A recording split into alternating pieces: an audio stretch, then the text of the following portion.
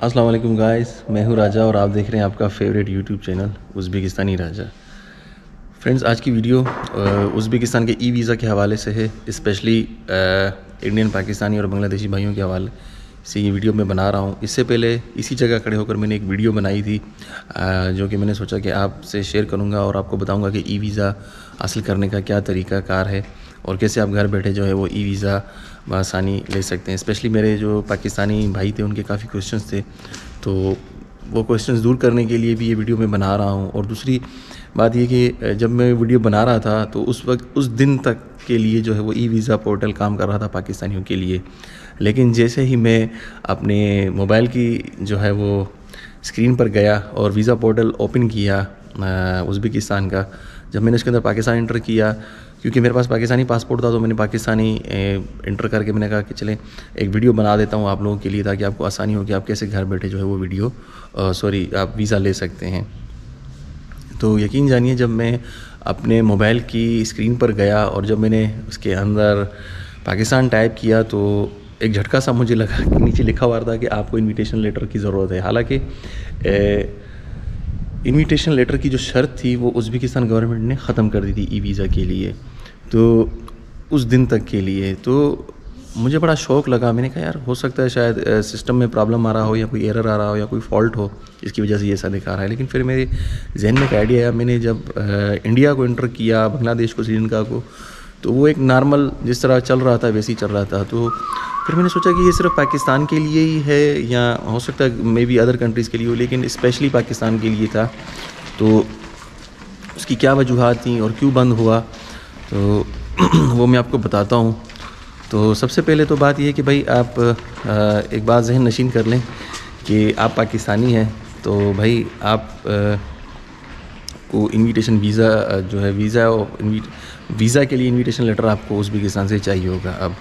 اور یہ جو ویزا ہے وہی سیم پروسیس ہوگا. آپ کو کسی ایجنٹ سے یا ٹور کمپنی سے آپ کو لینا پڑے گا. فل بورڈ پیکج ہوگا، انکلوڈنگ ایئر ٹکٹس ہوں گی، آپ کا ویکسینیشن سرٹیفکیٹس ہوں گی اور بہت ساری چیزیں ہوں گی جو آپ کو شو کرنی ہوں گی.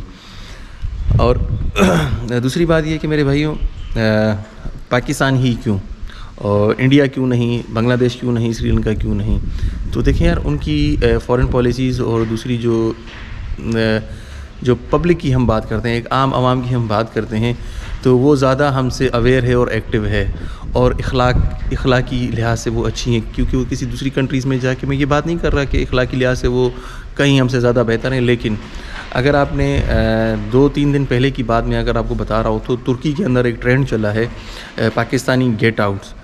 تو میرے بھائی، جب آپ کسی ملک کے اندر جاتے ہیں، وہاں کی رولز اینڈ ریگولیشنز کو فالو نہیں کرتے ہیں، ترکی جیسی کنٹری کے اندر، اسلامی کنٹری کے اندر جو کہ ہمیں اپنا بھائی مانتے ہیں، آپ ان کے اندر جا کے بھی ان کی جو لیڈیز ہیں یا وہاں کی جو خواتین ہیں ان کی ویڈیو پبلک کرتے ہیں، ویڈیو بناتے ہیں، نازیبا ویڈیوز بنا کے وہ آپ اپلوڈ کرتے ہیں اور اس طرح کی دیگر حرکات کرتے ہیں. تو ظاہر سی بات ہے بھائی، ایسے ہی ٹرینڈ چلیں گے، ایسی ہی پابندیاں آپ پر لگیں گی. لیکن آپ کی انہی حرکات کی وجہ سے جو ہے ہم جیسے عام پاکستانیوں کو بھی بھائی یہاں پہ بھگتنا پڑتا ہے. اور پھر آپ کو کہتے ہیں کہ یار ہمیں جو ہے وہ ویزا نہیں مل رہا، ہمارے گرین پاسپورٹ کی عزت نہیں ہے. تو میرے بھائی، گرین پاسپورٹ کی عزت تب ہوگی جب آپ عزت کریں گے لوگوں کی، تو لوگ آپ کی عزت کریں گے. اگر آپ کسی کی عزت نہیں کریں گے تو کوئی آپ کی عزت نہیں کرے گا. میرے بھائی، اب میں آج یہاں پہ کھڑا ہوں، آج میں یہاں پہ رہ رہا ہوں، تو یہ میری اپنی عزت کی وجہ سے میں یہاں پہ رہ رہا ہوں. ورنہ جو ہمارا حال ہے یا جو ہمارے پاسپورٹ کا حال ہے وہ ساری دنیا جانتی ہے. اور ہم جو نام نہاد ٹھیکیدار بنے ہوئے ہر چیز کے، تو بھائی ان سب چیزوں کو چھوڑ دیں اور کم سے کم اپنے ملک کا اور کم سے کم اپنے لوگوں کا خیال کر لیں کہ بھائی اب سدھر جائیں یار. اب تو 75 سال، 100 سال، پونا صدی ہونے کے لگ بھگ ہے، کچھ خیال کر لیں. تو ای ویزا کے حوالے سے میں یہی کہوں گا کہ میرے بھائی، ای ویزا جو ہے انہوں نے آپ کے لیے بند کر دیا ہے. آپ کا جو ایک آسان پروسیس تھا ای ویزا کا، وہ سارا سسٹم آپ نے اپنے ہاتھوں سے خود بند کروایا.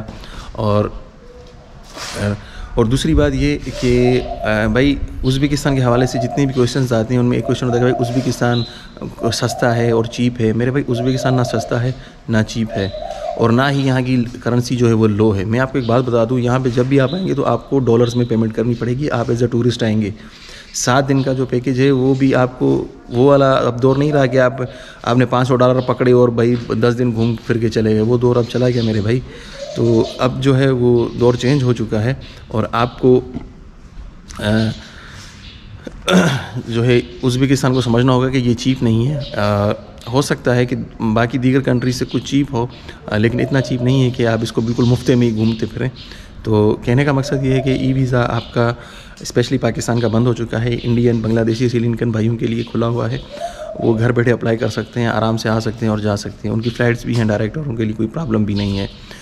تو پاکستان کے حوالے سے میں ایک اور بات بھی کہوں گا کہ ازبکستان نے اناؤنس کیا تھا اس جو یعنی ای ویزا سے پہلے کی میں بات بول رہا ہوں کہ ای ویزا سے پہلے انہوں نے اناؤنس کیا تھا کہ ہم ڈائریکٹ فلائٹس جو ہیں وہ لاہور سے تاشکند کے لیے اوپن کر رہے ہیں.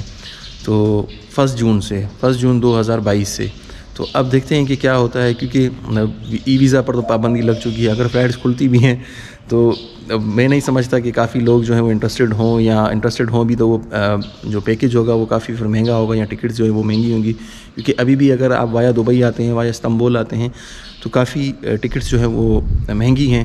اور ظاہر سی بات ہے ہر بندہ ایک لمیٹڈ بجٹ رکھتا ہے, تو ہر کوئی یہ چاہتا ہے کہ اس کا لمیٹڈ بجٹ کے اندر کام ہو اور وہ یہاں سے گھوم پھر کے جو ہے وہ اپنے وطن واپس جائے.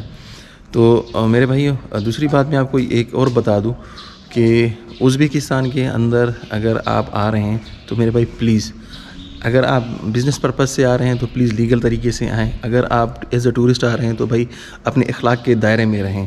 اگر آپ اپنے اخلاق کے دائرے میں نہیں رہیں گے, آپ یہی کام کرتے رہیں گے, تو میرے بھائی ازبکستان جیسی کنٹری بھی آپ کو بینڈ کر دے گی, اور آپ جو ہیں پھر وہ وہیں پاکستان میں بیٹھے رہیں تو وہ آپ کے لیے اچھا ہے.